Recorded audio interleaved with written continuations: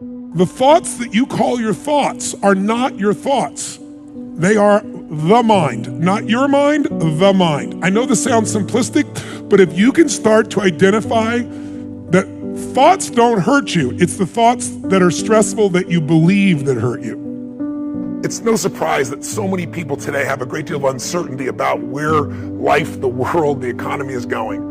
We're going through massive changes, and some of them are unprecedented. We haven't seen for 40, 50, 60, 70, 80 years. And yet at the same time, we inherently know that with all this change, there's opportunity, that there's a chance for our lives to be better than they've ever been. The transformations that are happening in science and technology can truly change the quality of our lives, the length of our lives, the way we experience life.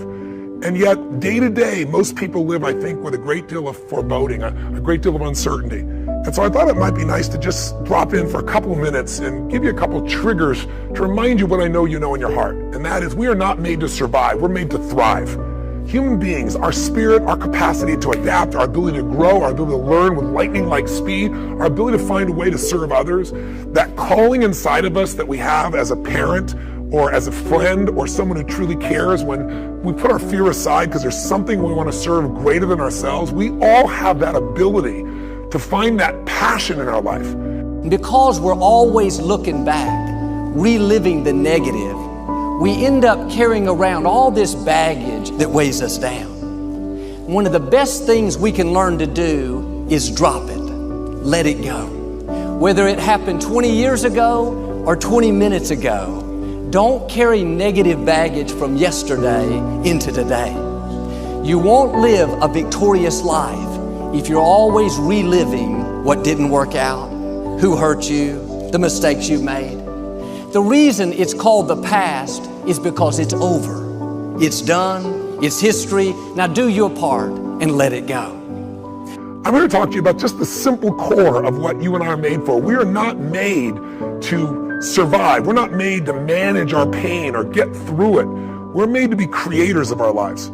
We can create anything we can dream about, we can create. And I know that sounds like positive thinking, just BS. But in your soul, there have been times in your life, I know, when you've had something that you wanted so much. Maybe you wanted something for someone you care about. Maybe you wanted something for yourself. But you became so obsessed with something, achieving it, experiencing it, whether it was a transformation, in yourself, a change in your business, making a certain amount of money, getting a job, increase of some position increase. Maybe it was doing something for your mom or your dad or your kids. Somewhere in your life, you've gotten obsessed enough to really want to create something that you may not even know how you were going to do it, but you just wanted it, desired it, that you started all of a sudden taking action and you got insights. And before you knew it, what used to be just this impossible dream became a reality. Is it fair to say that at some stage in your life that there are some things today in your life that were once just a dream or a goal, that once seemed difficult or impossible, whether it be the job you have or the relationship you're in and might be taking for granted? Is there anything in your life today that was once like that? Well, then you and I are creators. And very often when we get overwhelmed by so many things that we feel out of control by, we start getting into being managers of our life, managing our pain, managing through the situation. So every day you have to sell yourself and get out of your mind those old thoughts, that old belief system. Every day you've got to sell yourself on that it's possible. That you got to put a new mind in you. You got to get out of your mind. You got to begin to restructure your thinking.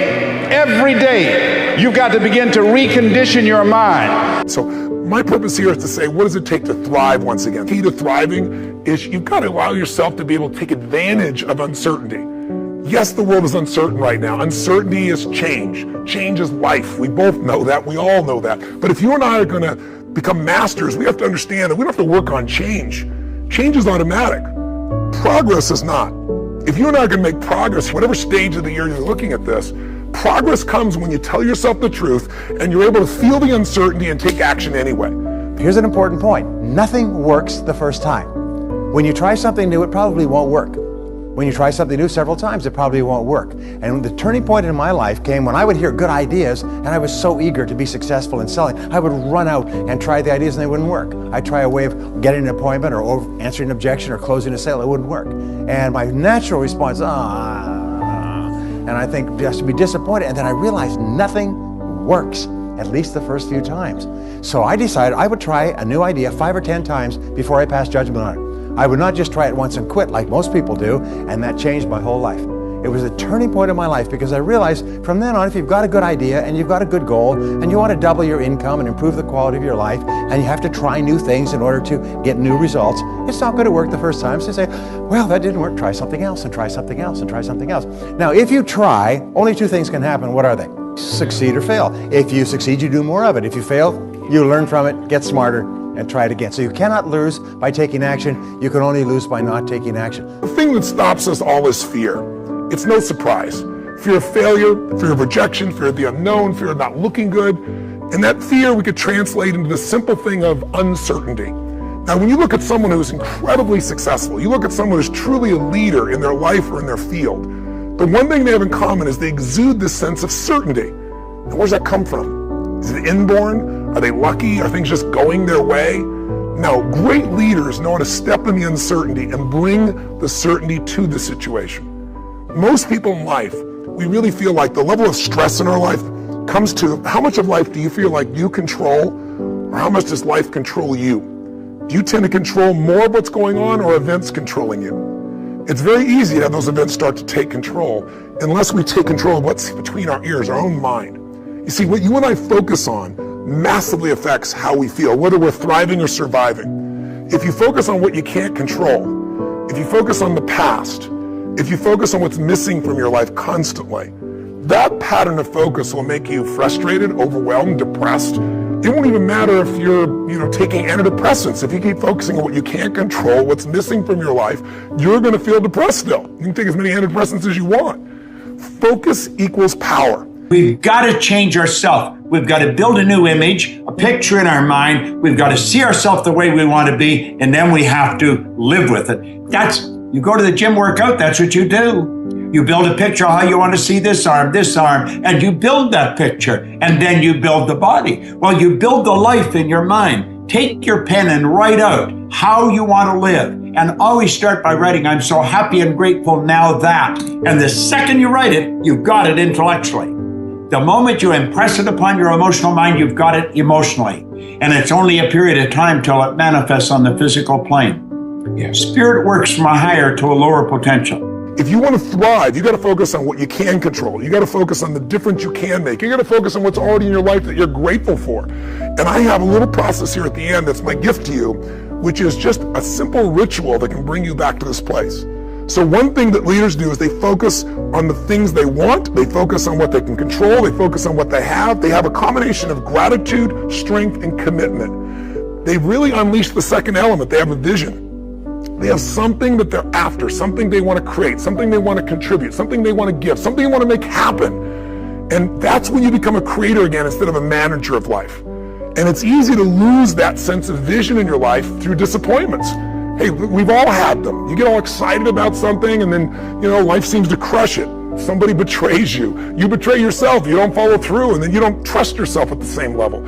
What makes somebody a leader is they build this certainty, and not only with focus, not only do they get a vision for what they want, but they bring that certainty in their body.